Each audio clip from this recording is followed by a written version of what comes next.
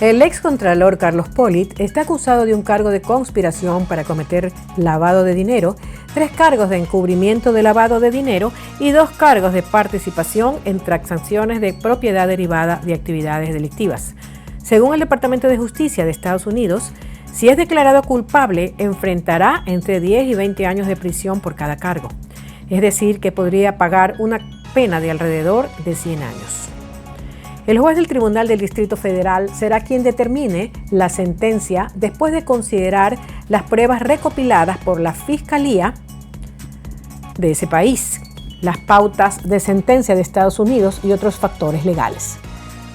La Oficina de Investigaciones de Seguridad Nacional en Miami investiga su presunta participación en un esquema para usar el sistema financiero de los Estados Unidos para lavar y ocultar el dinero de los sobornos obtenidos en Ecuador.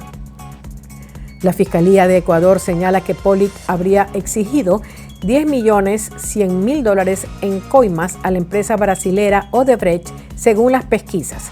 6 millones los habría pedido a cambio de desvanecer glosas de la Contraloría a favor de la constructora, cuyo valor estimado es de 70.700 millones. Y $4.100.000 por la emisión de informes favorables del ente de control en 5 proyectos estratégicos en los que participaba esa compañía extranjera en Ecuador.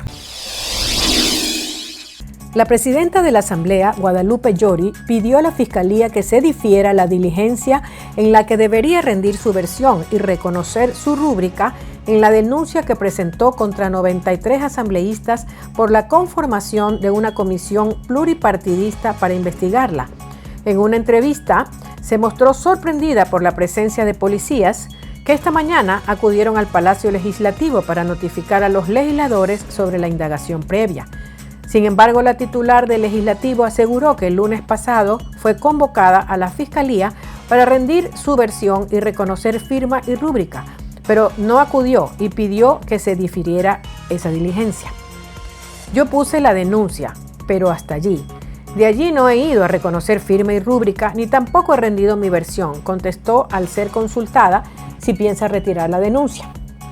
Llori presentó denuncia el 26 de abril pasado, cuando en la sesión 772 del Pleno, la asambleísta del correísmo Marcela Holguín pidió cambiar el orden del día y dar paso a la conformación de una comisión pluripartidista para investigarla por supuesto incumplimiento de funciones. Consideró que la disputa que mantiene con asambleístas del correísmo, del Partido Social Cristiano y los denominados rebeldes de Pachacutic, que buscan removerla del cargo por supuesto incumplimiento de funciones, no tiene salida política sino legal. Se trata de Maximus, el primer rascacielos del Ecuador presentado por el ingeniero Pablo Campana. Esta obra de 170 metros de alto y 45 pisos se suma a obras como The Point, el Mall del Norte u Hospital Santiago que se alzan en la ciudad. Guayaquil tuvo durante años el edificio más alto del país, como fue la Previsora, con 135 metros y 35 pisos de construcción. El edificio Maximus tendrá 91.884 metros cuadrados de construcción. Esto incluye las 458 unidades inmobiliarias, locales, oficinas y departamentos de vivienda y 1.000 estacionamientos, una iniciativa conjunta entre Novis de Isabel Novoa y Millennium de Pablo Campana. Según las normas internacionales, un edificio es considerado rascacielos cuando alcanza precisamente los 170 metros de altura. Se estima que la obra esté lista en 24 meses y que genere más de 1.000 plazas de trabajo. El mayor campo hospitalario del Ecuador, en Guayaquil, se anunció además la edificación del Hospital Santiago, una ciudad hospitalaria que ocupará unos 150 hectáreas. Esta iniciativa estará ubicada en el Nuevo San Borondón y ofrecerá, según los promotores, atención médica bajo los lineamientos de una casa de salud de Estados Unidos. El grupo inmobiliario RSA Bienes Raíces es el encargado de desarrollar el proyecto. La empresa señaló que la ciudad de Guayaquil es atractiva para estas inversiones. Esta obra impulsará el desarrollo del país, generando fuentes de empleo, acceso a atenciones médicas con infraestructura y tecnología de vanguardia, así como también fomentará programas de prevención e investigación médica para el tratamiento de las enfermedades más frecuentes del país, mencionó el presidente de RSA, Guillermo Roseney. El vicepresidente del Ecuador, Alfredo Borrero, se reunió con el presidente de República Dominicana, Luis Abinader, en Costa Rica, donde participó este domingo pasado, 8 de mayo, en actos de transmisión del mando presidencial. La vicepresidencia del Ecuador informó en un comunicado de que Borrero y Abinader dialogaron sobre los temas de interés común que serán abordados en el ámbito multilateral en la 75 Asamblea Mundial de la Salud, que se llevará a cabo en Ginebra a finales de mayo. Asimismo, sobre el evento paralelo que organiza Ecuador con el auspicio de otros organismos sanitarios académicos sobre el acceso a cirugías seguras como parte del derecho a la salud. Borrero viajó a Costa Rica en representación del jefe de Estado, Guillermo Lasso, atendiendo la invitación del gobierno de ese país para asistir a la toma de mando de Rodrigo Chávez del Partido Progreso Social Democrático, vencedor en los comicios que se celebraron el pasado 3 de abril. Lasso viajó el sábado a Israel, donde desarrollará una agenda que comprende cooperación en seguridad, emprendimientos y comercio. Gobierno ofrece hasta $5.000 por presos fugados de Santo Domingo. Personal militar evitó la fuga de 5 prisioneros de la penitenciaría del Litoral la tarde del pasado 10 de mayo. Hasta el momento, 203 internos de la cárcel de Santo Domingo fueron recapturados. El gobierno ofrece una recompensa de hasta $5.000 a quienes entreguen información real de los privados de libertad que se fugaron de la cárcel de Santo Domingo.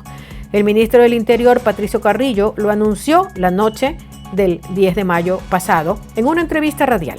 Mientras la cartera de Estado informó que 203 presos de la cárcel de Santo Domingo han sido recapturados desde el lunes en que se registró el amotinamiento, donde 45 internos fueron asesinados. Según la institución, 220 internos de este centro penitenciario se escaparon en la revuelta. En su último reporte, la Secretaría de Derechos Humanos indicó que identificaron 42 de los 45 cuerpos. 20 de ellos ya fueron entregados a los familiares. Simultáneamente, 5 internos de la penitenciaría del Litoral intentaron fugarse. Alex Sánchez, jefe de guardias del personal de las Fuerzas Armadas, apostado en los exteriores de ese centro carcelario, manifestó que el hecho se produjo cuando se cumplía el horario de visita. Los presos intentaron confundirse entre los familiares. Finalmente, los militares evitaron la fuga. A la penitenciaría del Litoral fue llevado uno de los 6 cabecillas que protagonizaron la masacre en la cárcel Bellavista. El resto de privados de libertad fue trasladado a la cárcel conocida como La Roca en Guayaquil. Entre estos procesos de extradición destacan los del expresidente Rafael Correa con Bélgica y del excontralor Carlos Pollitt con Estados Unidos. Aunque el trámite ya inició de manera formal, en Ecuador aún no se ha pedido oficialmente la extradición del expresidente Rafael Correa a Bélgica. Así lo confirmó Iván Saquicela, presidente de la Corte Nacional de Justicia. El 10 de mayo pasado, una vez que se inició el proceso, actualmente este organismo se encuentra en la actividad. En este documento constan tres sentencias del caso Sobornos del 2012 al 2016, en primera instancia, apelación y casación. En este proceso, Correa fue sentenciado a 8 años de cárcel por cohecho. Pero como la solicitud se dirige a Bélgica, el pedido debe estar en francés. Por esta razón, la Corte Nacional contrató a peritos para que traduzcan las cerca de 3.000 hojas que forman parte del proceso. La traducción debió estar lista el 10 de mayo pasado, pero los peritos pidieron 10 días de prórroga debido al volumen procesal. Con la traducción, Saquicela enviará la solicitud a la Cancillería para que empiece el proceso diplomático. El funcionario indicó que el trámite no se detendrá, esto pese a que Bélgica habría concedido la condición de asilado a Correa. Otro proceso que está en trámite es el del excontralor Carlos Pollitt.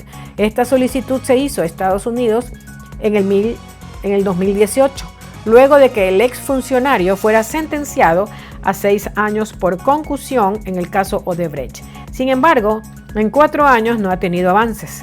El caso se ha reactivado ahora que Pollitt fue detenido en Miami y que será juzgado por lavado de activos. Además, Pollitt firmó un Waiver of Extradition, que es un documento que faculta al gobierno de Estados Unidos a enviarlo de regreso a Ecuador sin necesidad de un juicio o proceso judicial de extradición. Al firmar el documento, Pollitt desiste de oponerse a dicha repatriación. Por esta razón, el 30 de marzo pasado, la Corte Nacional envió una insistencia a Estados Unidos Hay más casos de trámite. Los casos de Correa y de Pollitt no son los únicos que la Corte Nacional tiene en trámite. Según los registros de la entidad, para inicios del 2022 habrían 142 expedientes abiertos. De estos, 117 son de extradiciones activas, es decir, de personas que están en otros países y son requeridas por la justicia ecuatoriana. Fijan fecha para resolver apelación al habeas corpus de Glass para el 18 de mayo. El Tribunal de Santa Elena fijó la audiencia de apelación al habeas corpus del ex vicepresidente Jorge Glass. El Tribunal de la Corte de Santa Elena convocó para el 18 de mayo de este año presente la audiencia para decidir sobre el recurso de apelación que presentó SNAI para que se le revoque este beneficio al ex vicepresidente. El Tribunal de la Corte de Justicia de Santa Elena fijó para el 18 de mayo la audiencia de apelación al habeas corpus del ex vicepresidente Jorge Glass y en esta diligencia se busca resolver el recurso de apelación presentado por el Servicio Nacional de Atención Integral a Personas Adultas Privadas de la Libertad y adolescentes infractores para que se le revoque este beneficio al exfuncionario de Rafael Correa, que lo dejó en libertad el 10 de abril de 2022. A inicios de mayo, el juez subrogante de Manglar Alto, Víctor Echeverría, admitió a trámite el recurso de SNAI. El tribunal está conformado por los jueces Silvana Caicedo, ponente, y presidenta de la Corte de Santa Elena, Clever Franco y Juan Camacho. El exfuncionario tiene 2 sentencias ejecutoriadas, una de 6 años de prisión por asociación ilícita en el caso Odebrecht y la segunda 8 años por cohecho dentro del caso Sobornos. De confirmarse la apelación, el ex vicepresidente volverá a la cárcel regional de Cotopaxi a cumplir con sus sentencias. Las bandas delictivas extorsionan con pagos de hasta $10,000 a los contratistas privados que ganaron concursos en el Cabildo, y esto se lo exigen para entrar a los barrios y realizar las obras municipales. El crimen organizado atemoriza también a contratistas municipales. La alcaldesa de Guayaquil, Cynthia Viteri, denunció que bandas delictivas les piden dinero para ingresar a ciertos barrios del norte de la ciudad. En declaraciones a los medios, la alcaldesa de Guayaquil, Cynthia Viteri, aclaró que los contratistas privados hicieron la denuncia. Los contratistas privados que ganan un concurso para una obra en Guayaquil, cuando van a esos sectores les piden plata mensualmente, los extorsionan para poder trabajar y si no les dan, no los dejan entrar a hacer una obra que es para Guayaquil. Para la alcaldesa, esta es una muestra más del nivel de violencia en la ciudad. Los contratistas se exponen a robos y hasta asesinatos. Ya hemos tenido personas asesinadas en obras. Nos da el termómetro total en rojo de lo que está sucediendo en materia delincuencial en el país. En sus declaraciones, la alcaldesa indicó también que tienen que pagar hasta $10,000 a las bandas para poder trabajar en los sectores. De esta forma reiterada, ha increpado al gobierno a definir una política que combata la inseguridad con recursos lejos de la mesa de diálogo. Incluso recordó que el municipio de Guayaquil ha entregado 27 millones para cubrir temas de inseguridad. Doctora, también algo importante, se denuncia de que en diferentes sectores, en este caso en el norte, no podían trabajar tranquilamente, tanto las públicas para hacer las obras, porque estarían siendo vacunados por diferentes bandas criminales en los sectores. Bueno, es una denuncia hecha por los contratistas privados, no es a nosotros como municipio, es a los contratistas privados que ganan un concurso en una obra en la ciudad. Cuando van a esos sectores, les piden plata, a los contratistas privados, les piden plata mensual, extorsionándolos para que poder trabajar, y si no les dan, no los dejan entrar a hacer una obra que es de Guayaquil. Eso les está pasando a varios de los contratistas en sectores peligrosos de esta ciudad. Eso ya demuestra el sello de lo que está sucediendo en materia delincuencial en el país entero. Que un contratista privado para hacer una obra que ha ganado en una institución pública tenga que pagarles a los delincuentes del área para que lo dejen trabajar, porque si no, o no lo dejan trabajar, o los asaltan, o los matan, porque ya hemos tenido personas asesinadas, obreros asesinados en obras, nos da el termómetro totalmente en rojo de lo que está sucediendo en materia delincuencial en el país. Ya los guayaquileños, y no hablo de mí ni de mi equipo, hablo del dinero que ponen los guayaquileños, que también lo retiro de obras y servicios que le corresponden a Guayaquil para cubrir algo que debería cubrir el gobierno, no nosotros. Seguridad. Otro ataúd recibe el cuerpo de un comunicador en México. 2 homicidios en un día llenaron de luto al gremio periodístico que sigue exigiendo justicia. Hacer un llamado al gobierno de Veracruz y al gobierno federal, ¿no?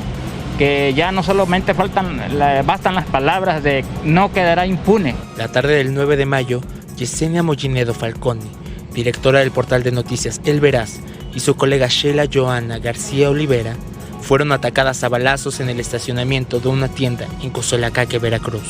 ¿Qué es lo que está pasando? ¿Por qué tanto odio hacia con nosotras? Porque pareciera que fuera una consigna de que cada día desaparezca una mujer. La familia de Yesenia dice que la comunicadora había recibido múltiples amenazas de muerte. Siempre se atrevió a decir la verdad y que con las constantes amenazas que le hacían por las publicaciones en contra de la policía estatal, de la policía civil y en contra de los delincuentes, la obligaban a bajar con las amenazas de vamos a partir la madre. El crimen lastimó profundamente a las familias y deja huérfanos a varios niños. Con todo mi corazón quiero justicia para mi hija y principalmente justicia porque te dejó a su hija ahí solita. Justicia ha sido la mayor exigencia. Ya son 11 los periodistas asesinados en lo que va de 2022. Si no se invita a todos, va a ir una representación del gobierno de México, pero no iría yo. Con ese mensaje, el presidente mexicano escaló su presión a Estados Unidos para persuadir a la Casa Blanca de que Cuba, Venezuela y Nicaragua sean invitados a la Cumbre de las Américas. ¿Sería un mensaje de protesta? Sí, porque no quiero que continúe la misma política en América.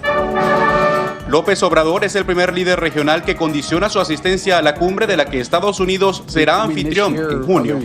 Washington ya ha adelantado que los gobiernos de esos países serían excluidos del foro regional.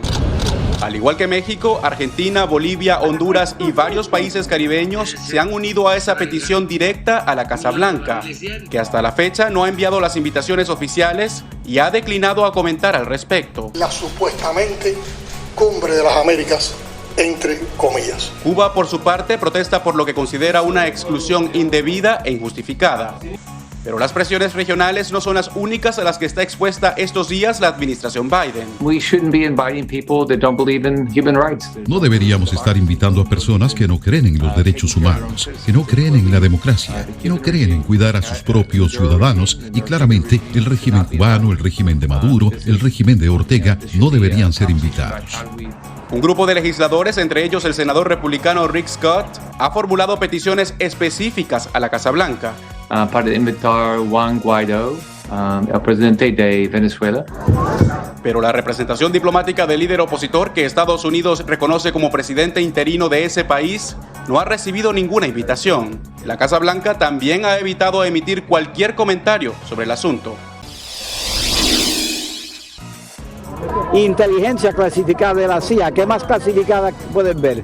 Es una cosa que normalmente no se le pide, pero yo sé haber sido un diplomático norteamericano, viví en Centroamérica en los tiempos de las guerras, no sé cómo trabaja la CIA y actualmente he participado en los asuntos de la CIA y te puedo decir que ellos tienen informes que van a exculpar a Juan Orlando Hernández Alvarado. Según reportan las autoridades, es el momento en el que se trasladó a una prisión de máxima seguridad en Guayaquil a los 6 presuntos responsables de la más reciente matanza de reos, la segunda en proporciones de masacre en lo que va de este año en una cárcel ecuatoriana. En esta ocasión, los hechos se produjeron en el centro de privación de libertad de la ciudad de Santo Domingo, localizada a unos 100 kilómetros al suroeste de Quito. La mayoría de ellos, por no decir casi el 100%, a simple vista se puede observar, fueron privados de la vida con arma blanca, no con arma de fuego. Y la mayoría de cuerpos fueron expuestos y agredidos en los pabellones y en las celdas. Detrás de la crisis se encuentran organizaciones criminales que libran una guerra dentro de las cárceles del país. En poder de los reos se encontraron armas de fuego y explosivos. Se encontró 4 armas de fuego tipo fusil, 3 pistolas, un revólver, 4 granadas, munición y alimentadoras. Con el motín se produjo la fuga de 220 presos. En las últimas horas, la policía reportó que fueron recapturados 150 en zonas cercanas. Una de las causas recurrentes es el alto grado de hacinamiento. Este centro tiene aproximadamente 1.700 privados de libertad, de un aproximado de 1.100, que es su capacidad.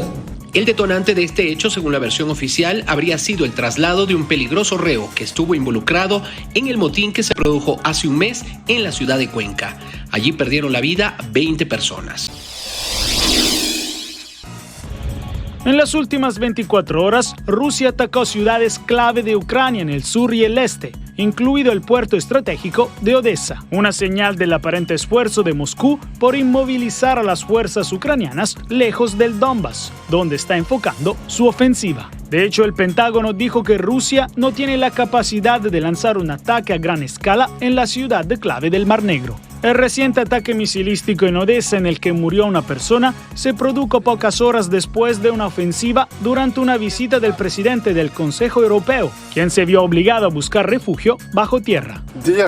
Queridos amigos ucranianos, vine a Odessa en el Día de Europa con un mensaje simple. Ustedes no están solos. Estamos con ustedes. No os vamos a defraudar. Entre tanto, el Congreso estadounidense está listo para comenzar a debatir un paquete de ayuda de casi $40.000 millones para Ucrania este martes. El mandatario instó a los legisladores a aprobar la ayuda y expresó preocupación de que el gran calculador Vladimir Putin no tenga ahora una salida de la guerra. También movilizamos al mundo. Desearía no haber tenido que hacerlo para mantener a Putin en su lugar. Estoy seguro de que Putin creía que podía doblegar a la OTAN. Estoy seguro de que creía que podía doblegar a la Unión Europea, que no podíamos mantenerla unida, pero lo estamos haciendo. Este martes en el Senado, Avril Haines, directora de Inteligencia Nacional, dijo que los próximos 1 o 2 meses de combates en Ucrania serán determinantes. Pero dijo que incluso si Rusia logra tomar el Donbass, no terminaría la guerra y que el presidente Vladimir Putin se está preparando para un conflicto prolongado en Ucrania. A puertas de las elecciones de medio término en noviembre próximo, el presidente Joe Biden pronunció un mensaje económico durante una coyuntura complicada, cuando las tasas de interés van en alza y los mercados bursátiles se contraen mientras prosigue la guerra de Putin en Ucrania. Mi plan ataca la inflación y hace crecer la economía al reducir el costo para las familias trabajadoras, otorgar a los trabajadores aumentos bien merecidos, reducir el déficit a niveles históricos, hacer que las grandes corporaciones y los estadounidenses muy ricos paguen su parte justa. ¿Cuándo bajará la inflación? Una pregunta que pocos se atreven a responder, pero este experto cree que a fines de 2022 Estados Unidos empezará a sentir una desaceleración. Creo que después de eso probablemente tendremos 1 o 2 años de inflación más alta de lo que estamos acostumbrados, pero no tan alta como para que alguien sienta que es una especie de crisis como se siente ahora. La situación económica en Estados Unidos impacta a América Latina a través de un dólar más fuerte, un encarecimiento de los créditos y una fuga de capitales. Hacer una política monetaria apropiada en este incierto requiere un reconocimiento de que la economía a menudo evoluciona de manera inesperada. La inflación obviamente sorprendió al alza durante el año y podrían esperarse más sorpresas. El presidente estadounidense Joe Biden aseguró que la inflación es su principal prioridad nacional en momentos en que el alza de precios pesa en los presupuestos familiares, pero también en su popularidad. Dios mío santísimo. Virgencita santísima, Dios mío, lástima mi carro, mano. Estos gritos de súplica se replicaron en 8 departamentos de Colombia por el paro armado del Clan del Golfo a propósito de la extradición a Estados Unidos del capo de la droga, alias Otoniel. ¡Ay, qué pesa! Hoy literal todos estamos escondidos, todos, es triste.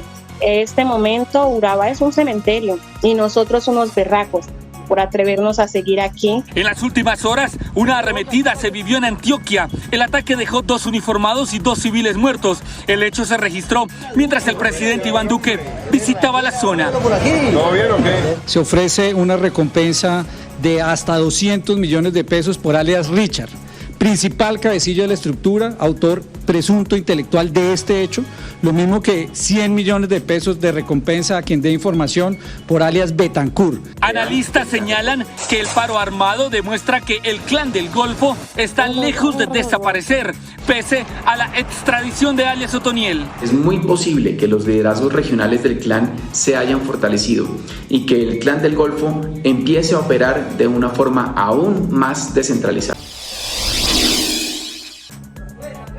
Los casos de acoso escolar en Venezuela que han llevado a las imputaciones de menores de edad por lesiones personales han colmado las redes sociales en días recientes. Desde la ONG SECODAP, dedicada a la promoción y defensa de los derechos del niño, alertan sobre el incremento de la violencia en las instituciones educativas y solicitan a los organismos competentes velar por las víctimas. La violencia es denunciable siempre, y cuando nosotros identificamos que no hay medidas efectivas para el abordaje de la violencia, pues tenemos que hacer todos los esfuerzos que estén en nuestras manos para garantizar los derechos. Y yo creo que también en ese sentido hay que trabajar en una visión no punitivista, ¿no? Para la investigadora de la Red por los Derechos de los Niños, Niñas y Adolescentes de Venezuela, Redna Anjejay Margil, cuando se habla de acoso escolar, la mirada siempre va dirigida hacia la víctima, aunque sea un problema que involucra a más personas. Es importante recordar, no como una forma de justificación, pero sí estar atentos que los victimarios suelen haber sido víctimas antes o estar inmersos en situaciones de violencia como víctimas. Esto es importante tenerlo presente para atenderlo, para prevenir, para poder orientar. El fiscal general del país, Tarek William Saab, publicó videos de adolescentes relacionados a 3 casos de maltrato escolar. Acá nos encontramos en la ciudad de Yapacaní, donde mantienen cientos de vehículos robados, camionetas. Esta Toyota Hilux fue robada. Todos estos vehículos son robados. Llegan hasta donde termina la plaza. Él es Hugo Bustos, jefe del grupo Búsqueda de Vehículos Robados, una ONG chilena que se encarga de la recuperación de estos bienes en países como Bolivia, México, Argentina y Brasil. Esta camioneta que tú estás acá ofreciendo es robada. Es chilena y es robada. Tienen cargo por robo. Ahora va a llegar el coronel, avisa. El reportaje en misión encubierta del medio televisivo Mega Noticias develó la presunta complicidad de funcionarios bolivianos en esta actividad ilícita, provocando la destitución de 2 jefes policiales y otro coronel fue enviado a prisión. Nuestro gobierno no va a permitir que malos funcionarios estén involucrados en hechos ilícitos. En entrevista con La Voz de América, el chileno Hugo Bustos aseguró que en Bolivia también hay buenos policías con los que ha coordinado su trabajo. Hemos tenido 100% de cooperación durante 5 años con funcionarios policiales de alto rango. Obviamente ellos nos ayudan bajo el anonimato, ya que no están de acuerdo a lo que están haciendo otros oficiales o otro personal subalterno. Según datos de esta ONG, entre 2021 y 2022 se registraron unos 500 vehículos robados y se encuentran en distintos puntos de Bolivia. Todo por Lucy es la nueva serie en español de Amazon Prime Video con una propuesta inspirada en la icónica serie de los años 50, I Love Lucy. Traer a Lucy a la época actual, dejando la esencia de los personajes, pero sí en circunstancias que sean más modernas e identificables para todos los que vivimos en esta época. Esta versión, con una trama y unos personajes completamente diferentes, pretende adaptarse a los nuevos tiempos. Lo padre es que justo las historias ya nos están contando con los mismos estereotipos. La protagonista Lucy ya no es una ama de casa, sino una ingeniosa emprendedora hispana. También hay una gran variedad en los personajes, incluyendo una pareja homosexual como protagonista de la trama. Estos personajes, más allá de tener esta característica de orientación sexual, son seres humanos primero que cualquier cosa, y que se están amando y que tienen todas sus altas y bajas en una relación y sus acuerdos y desacuerdos en una relación como cualquier otro ser humano. Por eso, el elenco de esta nueva producción audiovisual latinoamericana celebra que poco a poco se haya avanzado para visibilizar las minorías de una forma mucho más respetuosa. Presentar la realidad de una manera natural, esperando que efectivamente la vida sea representada de manera más fidedigna, ¿no?, en la pantalla. El próximo 20 de mayo estará disponible en Estados Unidos y América Latina.